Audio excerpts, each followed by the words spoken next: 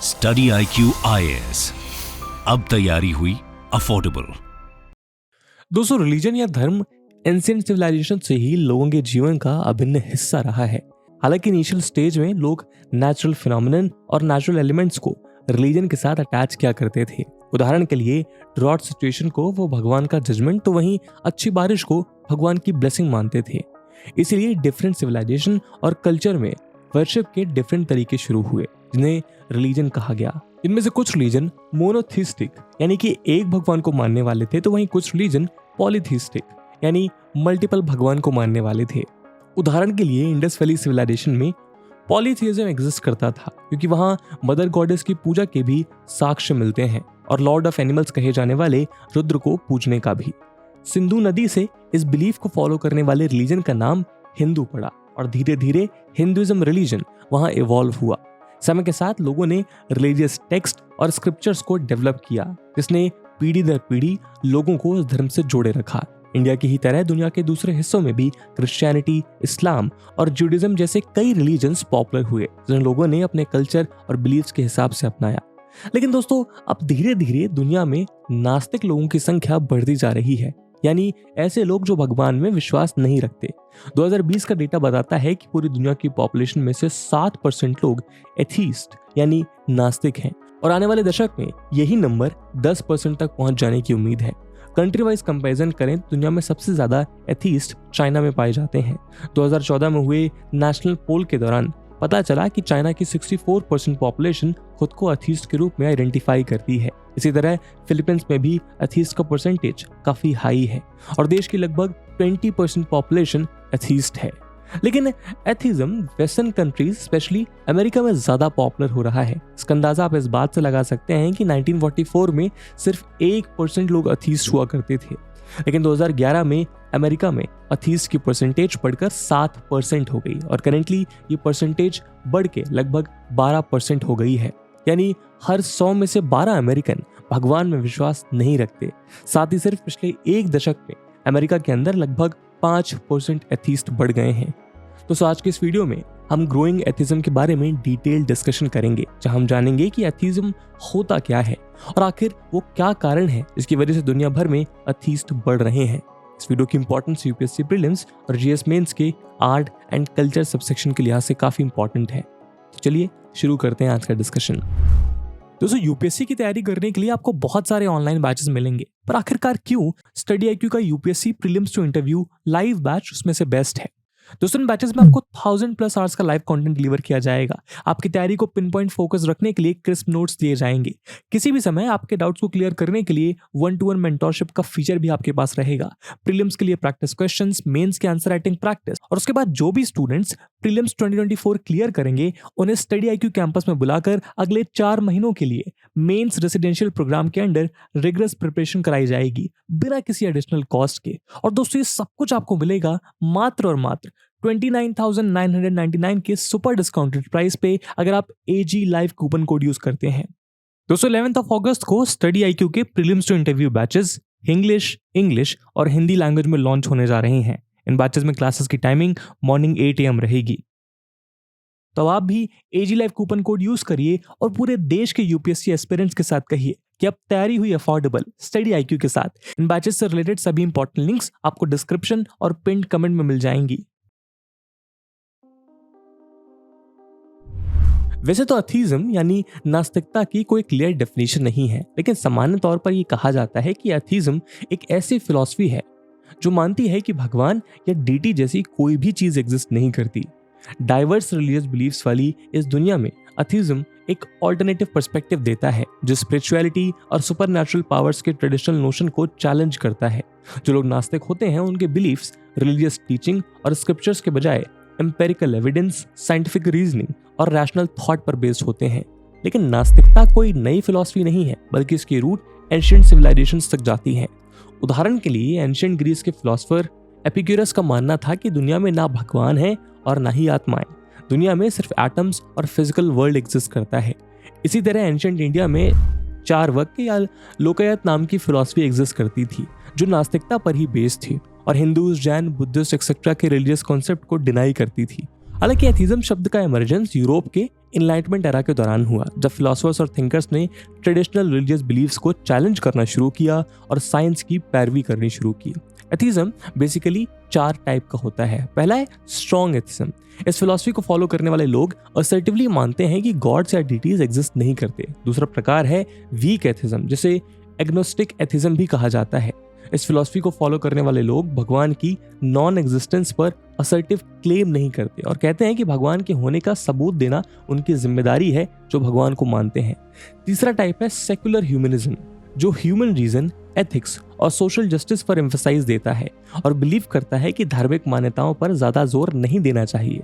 Fourth type है scepticism, जो किसी नेचुरल बिलीफ को एक्सेप्ट करने से पहले एविडेंसेस और लॉजिकल रीजनिंग्स की डिमांड करते हैं। नास्तिकता का सोसाइटी के ऊपर एक सिग्निफिकेंट इम्पैक्ट हुआ है, क्योंकि इसने एक नहीं कई तरह की डिबेट्स, डिस्कशंस और कई मौकों पर कंट्रोवर्सी की शुरुआत करी है। इसका इन्फ्लुएंस साइंस, एजुकेशन और एथिक्स की फील्ड में देखा जा सकता है, क्योंकि जिन लोगों ने सुपर नेचुरल एक्सप्लेनेशन के बजाय एविडेंसेस को प्रायोरिटी दी है, उनके द्वारा कई सारी साइंटिफिक एडवांसमेंट करी गई है और अब इसी एडवांसमेंट के चलते नास्तिक लोगों की संख्या दिन ब दिन बढ़ती जा रही है।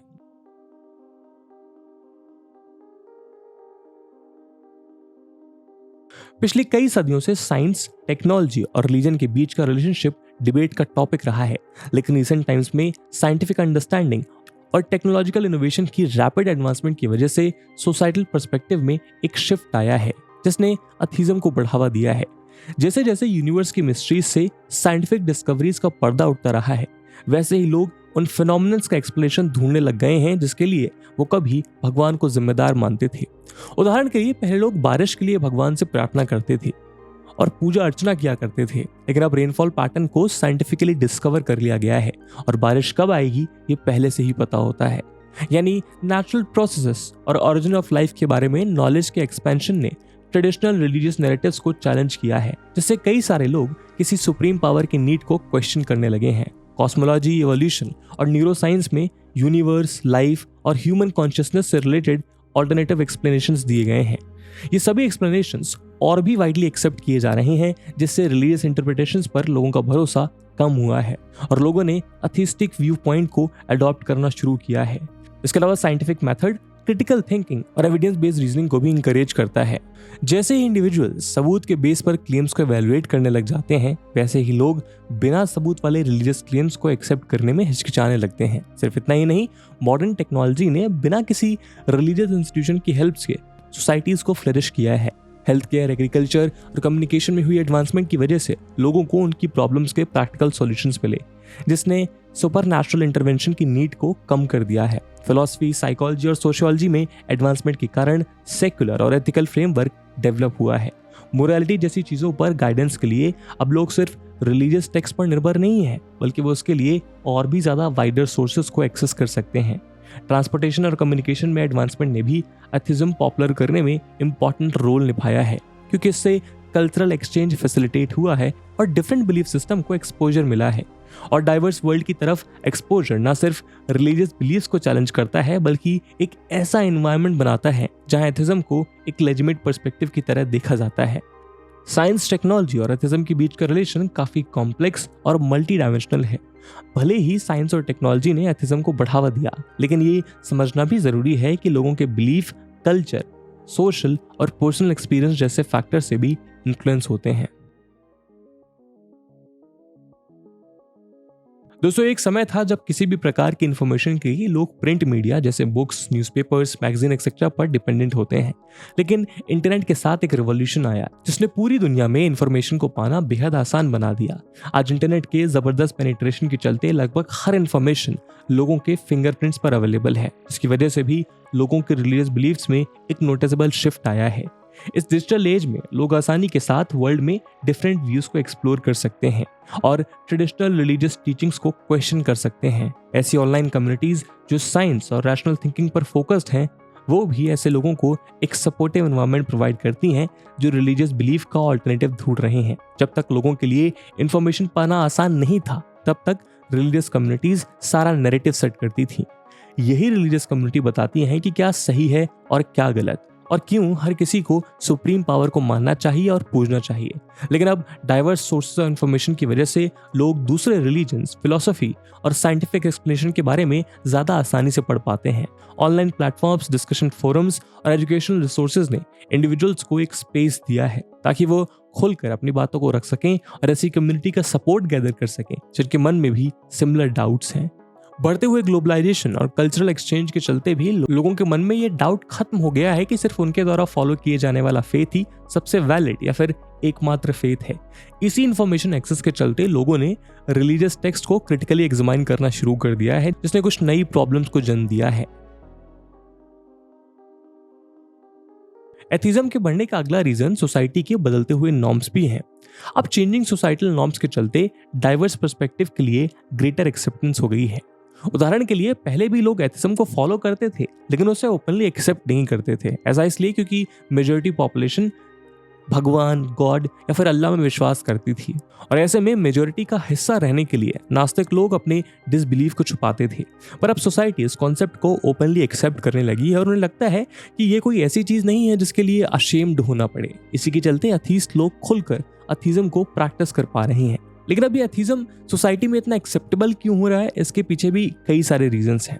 पहले लोग अपने पेरेंट्स और कम्युनिटी के रिलीजियस बिलीफ को बिना क्वेश्चन एक्सेप्ट कर लेते थे, पर अब नॉलेज और इन्फॉर्मेशन बढ़ने के साथ साथ सोशल एटीट्यूड में चेंज की वजह से एथिज्म बढ़ रहा है।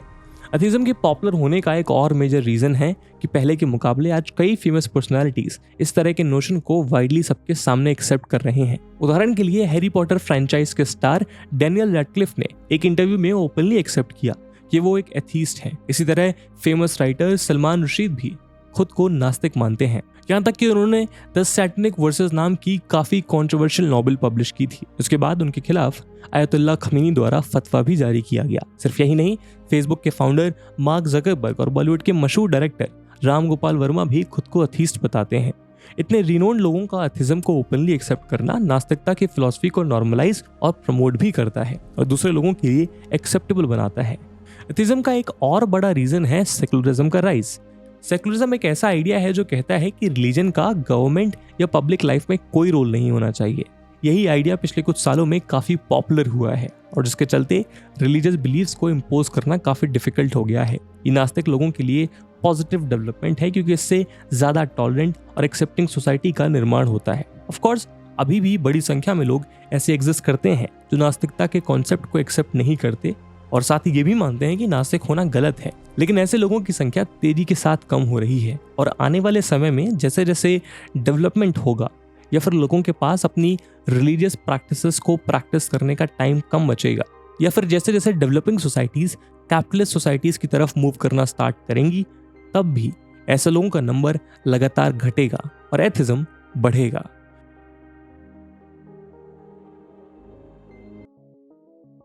नास्तिकता बढ़ने का अगला इंपॉर्टेंट रीजन है पब्लिक ओपिनियन पर रिलीजियस इंस्टीट्यूशंस की पकड़ का कमजोर होना। यानी ये कहा जा सकता है कि रिलीजियस अथॉरिटी डिक्लाइन हो रही है। इसके पीछे भी काफी सारे सिमिलर कंट्रीब्यूटिंग फैक्टर्स हैं, जैसे increasing secularism, increasing access to information, science and technology में एडवांसमेंट एक्सेट्रा। उदाहरण के लिए कुछ समय पहले ही बाबा बागेश्वर धाम की कंट्रोवर्सी शुरू हुई थी, जहां पंडित धीरेन्द्र शास्त्री जी के ऊपर आरोप लगा कि वो मेंटलिस्ट ट्रिक्स का यूज करके लोगों को बेवकूफ बना रहे थे। इसी तरह क्रिश्चियनिटी का प्रचार करने वाले प्रॉफिट बजिंदर नाम का व्यक्ति ऑन स्टेज लोगों की बीमारियां ठीक करने का दावा करता है। इस तरह रिलीजियस लीडर्स के खिलाफ जो आरोप लगते हैं उससे लोगों का ट्रस्ट रिड्यूस होता है। लेकिन इस ट्रस्ट को रिड्यूस करने में सबसे इंपॉर्टेंट रोल निभाया है सेक्स अब्यूज स्कैंडल्स ने। उदाहरण के लिए 2019 में पब्लिश हुए इस आर्टिकल के मुताबिक रोमन कैथोलिक चर्च में 1700 प्राइस्ट को चाइल्ड सेक्सुअल अब्यूज के केस में एक्यूज बनाया था। 2022 में cult Islamic leader Adnan Akhtar, जिस पर चाइल्ड अब्यूज के चार्जेस थे, उसे टर्की की एक कोर्ट ने 8658 ईयर्स की सजा सुनाई। फेमस गुरु आसाराम बापू एक रेप केस में दोषी पाए गए और आज वो जेल में बंद हैं। अपने समागम में लाखों लोगों की भीड़ जमा करने वाले निर्मल बाबा पर फ्रॉडरी के चार्जेस लगे। ये सिर्फ कुछ उदाहरण हैं, लेकिन ऐसे रिलीजियस लीडर्स की लिस्ट काफी लंबी है। इस तरह के स्कैंडल्स न सिर्फ रिलीजन और रिलीजियस लीडर्स के रेपुटेशन को डैमेज करते हैं, बल्कि लोग इनकी अथॉरिटी को भी क्वेश्चन करने लगते हैं। कई लोगों के रिलीजियस इंस्टीट्यूशंस और रिलीजियस लीडर से जुड़े नेगेटिव पर्सनल एक्सपीरियंस भी होते हैं, जिसके बाद वो उनकी अथॉरिटी को क्वेश्चन करने के लिए मजबूर हो जाते हैं। हालांकि ये समझना जरूरी है कि ये सिर्फ कुछ रीजंस हैं कि रिलीजियस अथॉरिटी क्यों कम हो रही है। ये रीजंस कंट्री टू कंट्री और रिलीजन टू रिलीजन डिफरेंट हो सकते हैं।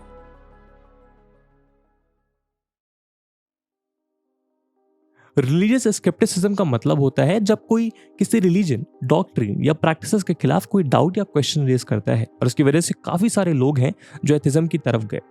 लोगों का ये ट्रांजिशन इंस्टेंट नहीं है, बल्कि इसके पीछे काफी लंबी जर्नी है जो कई फैक्टर से इन्फ्लुएंस रही है।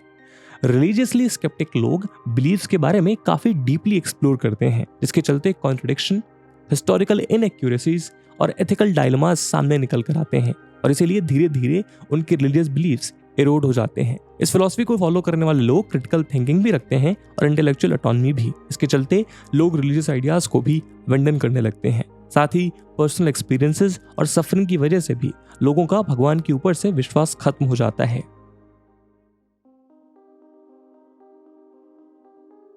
लोगों के परसेप्शन को बनाने में एजुकेशन भी काफी वाइटल रोल प्ले करती है, और इसी के चलते सेकुलर एजुकेशन को एक्सेप्ट करने वाले लोग एथिज्म की तरफ ज्यादा अट्रैक्ट होते हैं। हालांकि ऐसा कोई एविडेंस नहीं है कि सारे लोग जो सेकुलर एजुकेशन रिसीव करते हैं वो नास्तिक बन जाते हैं, लेकिन ऐसी एजुकेशन को रिसीव करने के बाद स्टूडेंट के पास पर्सपेक्टिव और आइडियाज की वाइड रेंज अवेलेबल होती है। इसकी वजह से ऐसी कई सारी प्रैक्टिसेस और बिलीव्स जिन्हें वो बचपन में बिना किसी क्वेश्चन के एक्सेप्ट कर लेते थे, उनके बारे में क्रिटिकली इवैल्यूएट करने लगते हैं। सेकुलर एजुकेशन रिलीजन को पब्लिक इंस्टीट्यूशंस और पॉलिसी से सेपरेट करने पर भी एम्फेसिस देती है। ये एनवायरनमेंट स्टूडेंट्स के सोशल सर्कल को इन्फ्लुएंस करता है, क्योंकि स्टूडेंट्स उन्हीं से अट्रैक्ट करते हैं जो सिमिलर सेकुलर व्यू पॉइंट रखते हों, और अगर उनकी सेकुलर वैल्यूज से उनके बिलीव्स कॉन्फ्लिक्ट करते हैं तो वो अपने बिलीव्स को क्वेश्चन या रिजेक्ट करना शुरू कर देते हैं, जिससे एथिज्म बढ़ता है। दोस्तों, हर सिक्के के दो पहलू होते हैं, और एथिज्म के सिक्के का भी दूसरा पहलू है। एक तरफ साइंस एंड टेक्नोलॉजी में एडवांसमेंट और बेटर एजुकेशन के चलते लोग सुप्रीम पावर को चैलेंज कर रहे हैं, वहीं दूसरी तरफ आज भी इंडियन साइंटिस्ट किसी मिशन को लॉन्च करने से पहले भगवान को याद करना नहीं भूलते। एक तरफ जहां इंफॉर्मेशन का एक्सेस आसान होने से लोग ट्रेडिशनल रिलीजियस टीचिंग्स को क्वेश्चन कर रहे हैं, वहीं दूसरी तरफ हमने ओसामा बिन लादेन जैसे एग्जाम्पल्स भी देखे हैं जहां रिलीजन के लिए हाईली एजुकेटेड और क्वालिफाइड लोगों ने भी खूब मारकाट मचाई है। एक तरफ हमने अशोका का उदाहरण भी देखा है, जिसने बुद्धिज्म के प्रचार के लिए अपने बेटे महिंदा और बेटी संघमित्ता को श्रीलंका भेजा था। वहीं दूसरी तरफ हमने पुष्यमित्र शुगा का उदाहरण भी देखा है, जिसके लिए कहा जाता है कि उसने न सिर्फ 84,000 स्तूपास, बुद्धिस्ट मॉनेस्ट्रीज और लर्निंग सेंटर्स को तोड़ा, बल्कि बुद्धिस्ट मंक्स को भी मौत के घाट उतारा। यानी भले ही लोग एथिज्म की तरफ बढ़ रहे हैं, पर भगवान को मानने वाले लोगों की भी इस दुनिया में कोई कमी नहीं है, और आने वाले लंबे समय तक ये दोनों फिलॉसफीज पैरेलली एग्जिस्ट करेंगी। और इसी प्रेडिक्शन के साथ आज के वीडियो को हम यहीं विराम देते हैं। इस मुद्दे पे आपका क्या ओपिनियन है कमेंट सेक्शन में जरूर बताइएगा, और इस वीडियो की इंपॉर्टेंस यूपीएससी प्रीलिम्स और मेंस में देखते हुए एक सवाल हम आपके लिए छोड़कर जा रहे हैं, जिसको आपको कमेंट सेक्शन में आंसर करना है। The question is, discuss how atheism is involving and becoming popular all over the world. And with this question my friends, that's it for the video. I hope आपको video पसंद आई होगी, और अगर पसंद आई है तो अपने दोस्तों के साथ शेयर करना मत भूलिएगा। मिलते हैं अगले वीडियो में, तब तक के लिए जय हिंद, जय भारत। स्टडी IQ IAS, अब तैयारी हुई अफोर्डेबल।